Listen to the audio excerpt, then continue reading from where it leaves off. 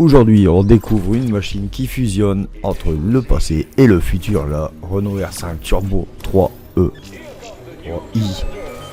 Un hommage électrisant à une légende de rallye, la Turbo, la R5 Turbo.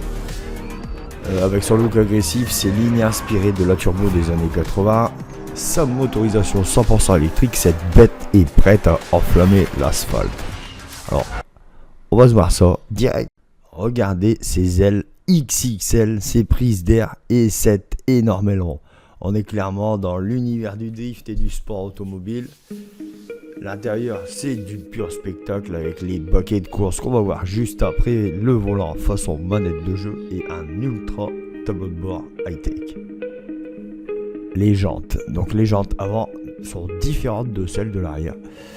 Donc on voit que c'est vachement élargi à l'arrière, donc on va regarder ça, un petit zoom dessus. Voilà, dites-moi ce que vous en pensez en commentaire de ces jantes, pour moi ils sont magnifiques. Sous cette carrosserie rétro-futuriste, on retrouve un moteur 100% électrique développant 380 chevaux, le 0 à 100 en 3 secondes 5. On va se voir juste après les caractéristiques techniques du moteur, des batteries, etc. Le châssis tubulaire et la propulsion arrière lui donnent une agilité impressionnante et on va voir ça. Avec une batterie de 42 kWh, la R5 Turbo 3e est pensée pour le drift plus que pour l'autonomie. 540 chevaux, ce petit monstre promet pas mal de bonnes choses. Donc on va se voir ici, mis à part les 540 chevaux, quelques spécifications. Donc on voit la 3i par rapport à la e-tech.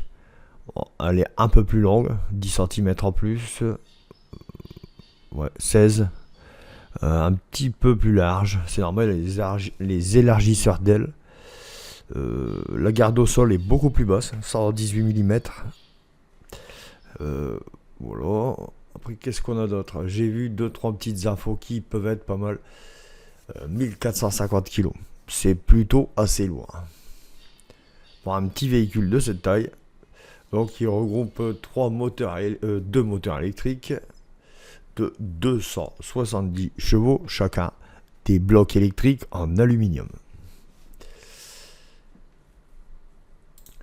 Chaque moteur va avoir un couple de 2400 kg de décanewton.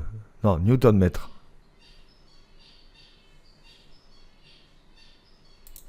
Le 0 à 100 en 3 secondes 5, ce qui est pas mal.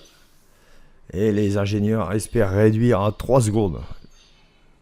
Départ arrêté en 400 mètres en moins de 11 secondes. C'est vachement bien. On peut la comparer à la McLaren Senna parce que là donc le kilomètre en moins de 20 secondes et la McLaren Senna fait 18,5 secondes environ. Donc vous voyez, on est vraiment pas loin, 1 seconde 5, c'est énorme. 270 km/h en mode race. Voilà, plusieurs modes effectifs sur ces véhicules. Donc en pneumatique, c'est énorme. On est en 245 à l'avant, 275 à l'arrière.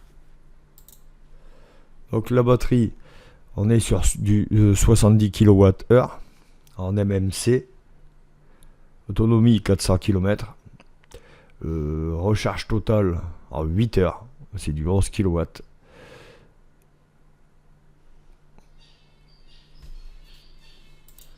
L'habitacle, on l'a vu tout à l'heure, il est exceptionnel. Alors les sièges baquets, ils sont pas mal.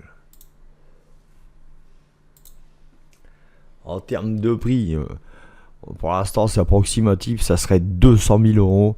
Alors avoisinant les 200 000 euros, moi j'ai déjà vu 250 000, donc apparemment ça serait 250 000.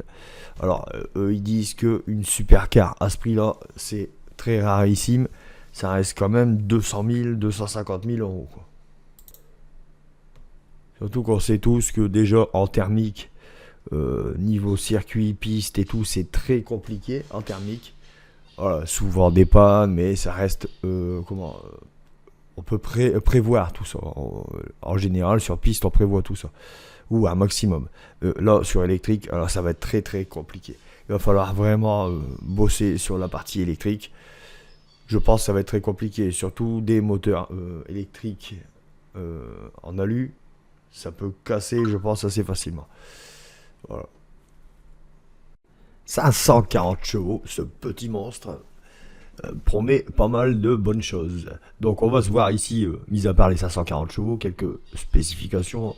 Donc on voit la 3i par rapport à la e-tech. Elle est un peu plus longue, 10 cm en plus. Ouais, 16.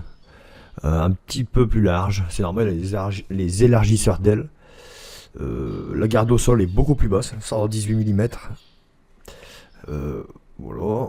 Après, qu'est-ce qu'on a d'autre? J'ai vu 2-3 petites infos qui peuvent être pas mal. 1450 kg. C'est plutôt assez lourd. Pour un petit véhicule de cette taille. Donc, il regroupe 2 moteurs électriques de 270 chevaux chacun. Des blocs électriques en aluminium. Chaque moteur va avoir un couple de 2400 kg de décanewton. Non, newton-mètre. Le 0 à 100 en 3 secondes 5, ce qui est pas mal. Et les ingénieurs espèrent réduire à 3 secondes. Départ arrêté en 400 mètres en moins de 11 secondes. C'est vachement bien. On peut la comparer à la McLaren Senna. Parce que là, donc le kilomètre en moins de 20 secondes et la McLaren Senna fait 18,5 secondes environ. Donc, vous voyez, on est vraiment pas loin, 1 seconde 5, c'est énorme.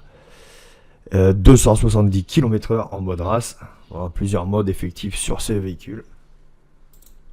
Donc en pneumatique, c'est énorme. On est en 245 à l'avant, 275 à l'arrière. Donc la batterie, on est sur du 70 kWh en MMC. Autonomie 400 km. Recharge totale en 8 heures. C'est du 11 kW.